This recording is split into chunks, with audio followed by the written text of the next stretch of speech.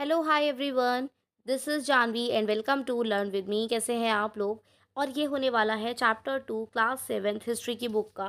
ठीक है, जिसका नाम है किंग्स एंड किंगडम्स, और इसको हम लाइन टू लाइन पढ़ना स्टार्ट करेंगे। बेसिकली टाइटल आपने देख लिया होगा। एज ऑलवेज जो हमारे चैनल पे हम जनरली करते हैं कि लाइन टू लाइन मैं आपको चैप्टर समझाती हूँ। ठीक है, उसके पीछे बेसिक रीज़न यही होता है कि अगर आप एन जो है क्रक्स है, अगर आप किसी गवर्नमेंट एग्जाम की तैयारी भी कर रहे हैं, इधर आप सीटेट के स्टूडेंट हैं या आप क्लास 7 के स्टूडेंट हैं, तो एनसीईआरटी एक आपका बेसिक बनाते हैं और एक कोर है। तो बेसिकली हम बात करेंगे लाइन टू लाइन इस चैप्टर 2 की। और चैप्टर 1 अगर आप देखना चाहते हैं, so I have already recorded that video and I will give you the link in the description of this video of that particular video. ठीक है जी, तो चैप्टर 1 का लिंक आपको मिल जाएगा डिस्क्रिप्शन में। अब हम आते हैं चैप्टर 2, जिसका नाम है किंग्स एंड किंगडम। तो बेसिकली देखो, चैप्टर 1 में जो हमने पढ़ा था वो एक इंट्रोडक्शन टाइप था मिडिवल हिस्ट्री का। ठीक है, जो मिडिवल हिस्ट्री है वो 7th सेंचुरी से 17th सेंचुरी तक है, मतलब अराउंड 1000 ईयर्स जो है कवर करती है। तो बेसिकली हम इसमें क्या क्या चेंजेस आए रिलीजियसली लोगों में हो, या फिर नए नए कास्ट जातीज एमर्ज हुई थी, तो ये सब हमने पढ़ा। जैसे राजपूत ग्रुप ऑफ पीपल आया। साथ साथ इस चैप्टर में हम जानेंगे जो किंगडम्स और किंग्स थी। ठीक है, कौन कौन किंग थे, उनकी किस किस एरिया में उन्होंने अपना शासन किया है, और कुछ नए नाम आपके सामने आएंगे। ठीक है, so many new dynasties emerged after the 7th century. 7th century के बाद बहुत सारी नई नई डेनेस्टीज आई। अगर आप मैप 1 को देखोगे तो आपको कुछ मेजर रूलिंग डेनेस्टीज नजर आएंगी जो हमारे इंडियन सब कॉन्टिनेंट के डिफरेंट पार्ट में उन्होंने जो है मेजरली रूल किया है। ठीक है, between the 7th and the 12th century, मतलब 7th सेंचुरी से लेकर के 12th सेंचुरी तक इन जो 3 डायनेस्टीज़ हैं, इन्होंने मेजरली रूल किया है, जो मैं आपको दिखा देती हूँ। यहाँ पे आप देखेंगे राष्ट्रकूटास, चम्मानास और पालास। ठीक है, ये 3 मेजर डायनेस्टीज़ है जिन्होंने 7 to 12th सेंचुरी तक मिडिवल हिस्ट्री की बात करें तो रूल किया है। यहाँ पे आप इसके अलावा कुछ नाम देखेंगे, जैसे गुजारा प्रतिहारास। ठीक है, और अगर बात करें चोलास इसमें साउथ में, तो हम बहुत सारी डायनेस्टीज़ हैं, बहुत सारी किंगडम्स हैं, और उनके कौन कौन किंग्स रहे हैं और कब तक उन्होंने रूल किया है, तो ये मैप 1 होने वाला है इंपॉर्टेंट। यहाँ पे हम बार बार विजिट करते हुए आएंगे। ठीक है, तो हम स्टार्ट करते हैं the emergence of new dynasties, कुछ नई डायनेस्टीज जो आई। ठीक है, so by the 7th century there was a big landlords और the warrior chiefs in the different region of the subcontinent. Existing king often acknowledge them as their subordinates और सामंतास। देखो मैं आपको बताती हूँ बेसिकली क्या होता है। पहले के टाइम में ये था, पहले आप बात सुना, कि जो किंग हुआ करते थे, अब जो किंग है उसका मान लो एक बहुत बड़ा एरिया उसने सब कॉन्टिनेंट का उसके अंडर है। तो क्या किंग हर जगह एक्चुअली जा सकता है और जनता से डायरेक्टली कनेक्ट कर सकता है? नहीं पॉसिबल है ना। तो किंग क्या करते थे, अपने अंडर कुछ वॉरियर चीफ्स रखते थे जिनको वो सामंत का नाम देते थे, जिनको वो अपना सबॉर्डिनेट मानते थे। ठीक है, अब इसको थोड़ा सा पढ़ो। मैंने आपको एक हिंट दे दिया कि सामंतास कौन होते थे। ठीक है, जो किंग के अंडर काम कर रहे हैं, या फिर कह लो किंग के एज अ चीफ वॉरियर्स हैं या सबॉर्डिनेट्स। ठीक है, तो basically existing kings often acknowledge them some people like warrior chief, जिन जो होते थे, या लैंडलॉर्ड्स होते थे, जो एक पर्टिकुलर एरिया है उसका जो जिसके पास बहुत ज़्यादा ज़मीन है, ज़मींदार है, बिग लैंड, वो जैसे सरपंच टाइप, हेड टाइप माना जाता है ना, उस पर्टिकुलर एरिया का वॉर चीफ्स है। ठीक है, वॉरियर्स जो हैं, तो बेसिकली इनको लोग जो थे, किंग्स जो थे, उनको एज अ सबॉर्डिनेट और एज अ सामंताज एक्नॉलेज करते थे। तो इनका काम क्या होता था, they were expected to bring gift for their kings और overlord to be present at their courts and provide them with the military support. तो बेसिकली ना किंग्स क्या बोलते थे, मान लो ये एक किंग है, तो किंग्स सामंतास को बोलते थे कि आप हमारे लिए मिलिट्री प्रिपेयर करो। ठीक है, मतलब हम आपको एज अपना सबॉर्डिनेट बना रहे हैं, आप हमारे लिए मिलिट्री प्रिपेयर करो कि हमें कल को अगर लड़ने जाना हो तो तुम रहोगे, मतलब तुम वर्क हमारे अंडर ही कर रहे हो। ठीक है, लेकिन अब सामंतास जो है वो मिलिट्री क्यों देंगे भाई, क्यों प्रोवाइड करेंगे राजा को, उनको इसके बदले में सामंतास को क्या मिलेगा? तो बेसिकली किंग्स जो होते थे ना, वो सामंतास को एक पर्टिकुलर एरिया का हेड बना दिया करते थे, या उस पूरे एरिया पर आप राज करेंगे, समथिंग लाइक दैट। ठीक है, तो बेसिकली सामंतास का काम होता था कि वो कोर्ट में, मतलब राजा के दरबार में प्रेजेंट हो गए, उनके लिए गिफ्ट्स वगैरह लाएंगे और उनको मिलिट्री सपोर्ट देंगे, किसको? किंग को। As samantas gain power and wealth. तो कई बार क्या होता था कि अब सामंतास का एक अलग प्लानिंग, अब आप जानते ही हो कि हर कोई जो जॉब कर रहा है किसी के अंडर, उसका भी माइंडसेट होता है कि भाई मैं भी अपने बॉस की तरह लीड करूँ, या मैं भी अपना अपना कुछ स्टार्ट करूँ, समथिंग लाइक दैट, है ना। तो हर किसी को खुद लीड करना ऑब्वियसली पसंद आता है। तो बेसिकली कई सामंताज होते थे जब वो पहले किंग के अंडर काम करते थे, किंग को मिलिट्री सपोर्ट देते थे और मतलब थोड़ा बहुत अपने एरिया पे उनको राज करने का मौका मिल जाता था। लेकिन सामंताज को लगता था जब उनके पास और पावर और वेल्थ धीरे धीरे आने लगती थी तो वो अपने ओवरलॉर्ड को यानी कि किंग को ही, अब देखो क्या यहाँ पे लिखा हुआ है, they declared themselves as mahasamantas mahamandaleshvaram the great lord of the circle और अ रीजन। तो sometime they assert their independence from their overlord. ये लाइन का मतलब मैं आपको समझाती हूँ क्या लिखा है। अब हमारा चैप्टर जो है समझ लो स्टार्ट हो गया है और यहाँ पे हम बात करेंगे कि नए नए डायनेस्टीज कैसे आई, कैसे कैसे कुछ रूलिंग मेजर डायनेस्टी रही है, जैसे कि राष्ट्रकूटा, गुर्जारा, प्रतिहारास, पालास, इन्होंने कैसे जो है एक मेजरली रूल किया है। चोला डायनेस्टी के बारे में हम साउथ में जिसने रूल किया है बहुत लंबे समय तक, उसके बारे में हम पढ़ेंगे। तो हम डिफरेंट डायनेस्टीज, डिफरेंट किंग्स, उन्होंने क्या क्या किया अपने रूलिंग पीरियड में, कितना कितना एरिया उनके अंडर था, तो ये सब हम पढ़ेंगे। बट हम यहाँ पे थोड़ा सा एक जनरल डिस्कशन हमने इस पैराग्राफ में किया है जिसमें हमने ये जाना कि जो किंग होते थे वो अकेले एक बड़े कॉन्टिनेंट को नहीं संभाल पाते थे, एक बड़े से रीजन को जो उन्होंने जीत लिया है तो वो अपने अंडर कुछ सामंताज को रखते थे। वो सामंताज कौन होते थे? वो सामंताज होते थे जनरली जिनके पास ज़्यादा ज़मीनें होती थी एक पर्टिकुलर रीजन में, जिनका बोलबाला था, आप समझ लो, या जिनकी लोग सुनते थे, ठीक है। वॉरियर चीफ्स अपने अंडर रखते थे और सामंताज का काम ये होता था कि वो किंग के दरबार में जाएंगे, गिफ्ट लेंगे, किंग के अंडर काम करेंगे और किंग को मिलिट्री सपोर्ट प्रोवाइड कराएंगे और किंग उन्हें थोड़ा सा अपना रीजन दे दिया करता था कि ठीक है आप यहाँ के सामंत हो और आप यहाँ के एरिया पर राज करोगे। तो ये सब चल रहा था पावर का। तो जब ज़्यादा पावर किसी सामंता के हाथ में आ जाती थी या ज़्यादा वेल्थ जब उसकी बनने लगती थी, ठीक है, जैसे अब वो टैक्स भी कलेक्ट करके देगा राजा को, है ना, राजा कर तो वसूलेगा जनता से, तो सामंता टैक्स भी कलेक्ट करते थे। तो बेसिकली जब सामंतास क्या करते थे, जब उनके पास वेल्थ और पावर ज़्यादा आ जाती थी तो वो अपने ओवरलॉर्ड को यानी कि किंग को ही उसी से इंडिपेंडेंस असर्ट कर लिया करते थे, यानी कि अपने किंग को ही मतलब हरा देना या कह लो उसी पे बैकफायर कर देना, ठीक है। और अपने आप को सामंताज जो थे पावर और वेल्थ गेन करने के बाद sometime they declare themselves as mahasamantas और महामंडलेश्वर, जिसका मतलब the great lord of the circle, एक पर्टिकुलर रीजन का ग्रेट लॉर्ड। और sometime they also assert their independence from the, कि हम अपने ओवरलॉर्ड, अब हम किसी किंग के अधीन नहीं है, किसी के कंट्रोल में नहीं है और अब हम राज करेंगे, समथिंग लाइक दैट। जैसे कि वन सच इंस्टेंस जो इस बात को ऊपर जो लिखी है वो दर्शाता है, was that of the Rashtrakutas in the Deccan. Deccan में राष्ट्रकूटाज जो हैं, जो आपने मैप में देखा होगा, ठीक है, मैं आपको दिखाती हूँ, ठीक है। तो ये है, देखो, राष्ट्रकूटाज। अब यहाँ इसका एक इंसिडेंट मैं आपको बताती हूँ इसे देखो। तो basically Rashtrakutas in the Deccan initially they were subordinate to Chalukyas of Karnataka. देखो, कर्नाटका में जो चालुक्यास थे उनके अंडर थे ये राष्ट्रकूटास, ठीक है।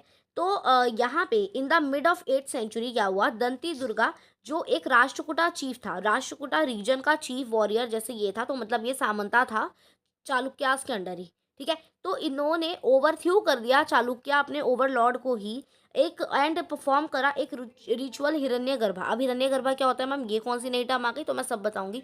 पहले हमने जो पढ़ा वो एक बार आपको एक्सप्लेनेशन उसका दोबारा से दे देती हूँ, यहाँ से यहाँ तक का, ठीक है। कि कर्नाटका में चालुक्यास का बोलबाला था, यानी कि वो रूल कर रहे थे। तो बेसिकली राष्ट्रकूटा एक छोटा सा रीजन था जो इस रीजन का चीफ था ये दंती दुर्ग। 8th सेंचुरी में दंती दुर्ग क्या था, एज अ सामंत था। किसका सामंत था? चालुक्यास का, कर्नाटका के।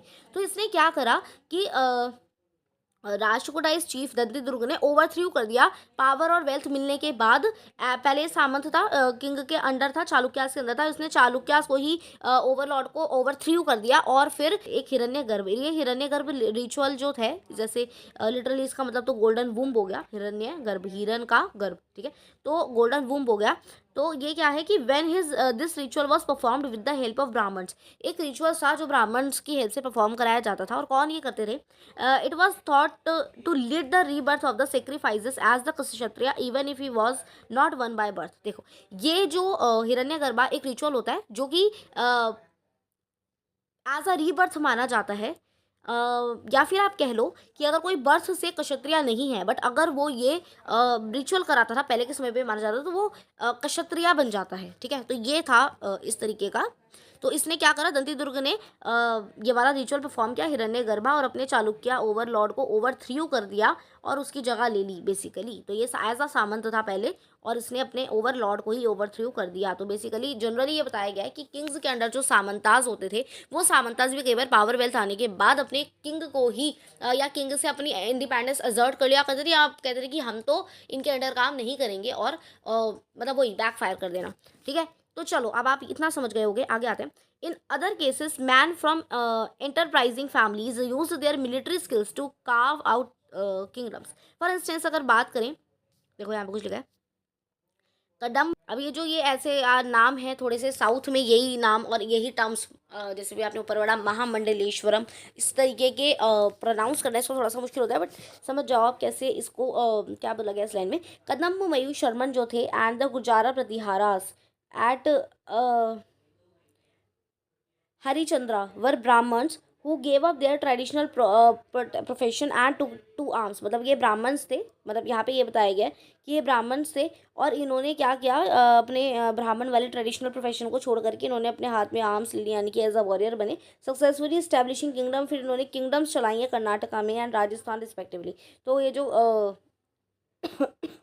जो गुर्जर प्रतिहाराज है वो राजस्थान के एरिया में है, आपको पता होगा। ठीक है, यहाँ पे क्या बताया गया है, यहाँ पे ये बताया गया है बेसिकली कोई भी हिरण्यगर्भा जो है रिचुअल परफॉर्म करके, ठीक है, रीबर्थ हो सकता था, और एज अ क्षत्रिय बेसिकली। जो कि हमारा जो नया टॉपिक है वो है एडमिनिस्ट्रेशन इन द किंगडम। सो अभी जो हमने ऊपर पढ़ा टॉपिक, उससे आपको आई थिंक काफ़ी नई चीज़ें पता चली होंगी। अब आते हैं हम अगले टॉपिक पे, दैट इज एडमिनिस्ट्रेशन कैसे चल रहा था, प्रशासन कैसे चल रहा था किंगडम्स में, यानी कि जो किंग्स हुआ करते थे इन द मिडिवल पीरियड, या मैं बात करूँ 8 to 12th सेंचुरी, जिन्होंने रूलिंग डायनेस्टी रही है, जिन्होंने राज करा है एज अ किंग। तो basically how they administrate their kingdoms. तो many of the new kings जो थे मिडिवल पीरियड की हम बात करें, जनरली इनिशियल मिडिवल या अर्ली मिडिवल पीरियड की, क्योंकि आपको एक बार बता दूं मिडिवल पीरियड में मुगल्स भी आएंगे, जिसमें अकबर और दिल्ली सल्तनत भी आएगी। तो हम बात करें अभी फिलहाल 8 to 12th सेंचुरी की, तो many of these new kings adopted high sounding titles such as maharaja adhiraj. ये सुना होगा आपने, अगर आपने कुछ सीरियस देखे हैं जिसमें राजा महाराजा वाला वो सेटअप दिखाया गया है। तो बेसिकली महाराजा धीराज पधार रहे हैं, समझ लो। और एक वर्ड, एक और ये टाइटल देते थे किंग्स, बड़े बड़े हाई टाइटल्स ले रहे थे अपने आप को, एक लॉर्ड टाइप दिखा रहे थे। देखो त्रिभुवनम चक्रवर्ती, त्रिभुवन चक्रवर्ती, यानी कि Lord of the three world's, देख रहे हो टाइटल, देख रहे हो आप। तो बेसिकली बहुत सारे किंग्स ने कुछ नए नए हाई साउंडिंग टाइटल्स अडॉप्ट किए थे। महाराजा धीराज मतलब great king, Overlord of the Kings, और यही त्रिभुवनम चक्रवर्ती यानी कि Lord of the three world and so on. So however in spite of such claims, तो इन क्लेम्स के बावजूद और इन सब के साथ they often shared power with their samantas. तो भले ही ये बड़े बड़े भारी भरकम टाइटल रख लिया करते थे कि हम तो तीनों लोगों के राजा और हम ग्रेट किंग हैं, लेकिन फिर भी इनको सामंताज की नीड होती थी, और they share the power with the samantas. They give some authority and responsibilities to samantas as well. And also samantas के साथ साथ उनको एक एसोसिएशन बैठाना पड़ता था पीजेंट्स, ट्रेडर्स और ब्राह्मण्स के साथ। अब ये क्यों, इसका एक सर्टेन रीज़न है। अच्छा, पीजेंट्स बोला जाता है फार्मर्स को ही, ठीक है, तो फार्मर्स को पीजेंट्स बोला जाता है। आ गया जी।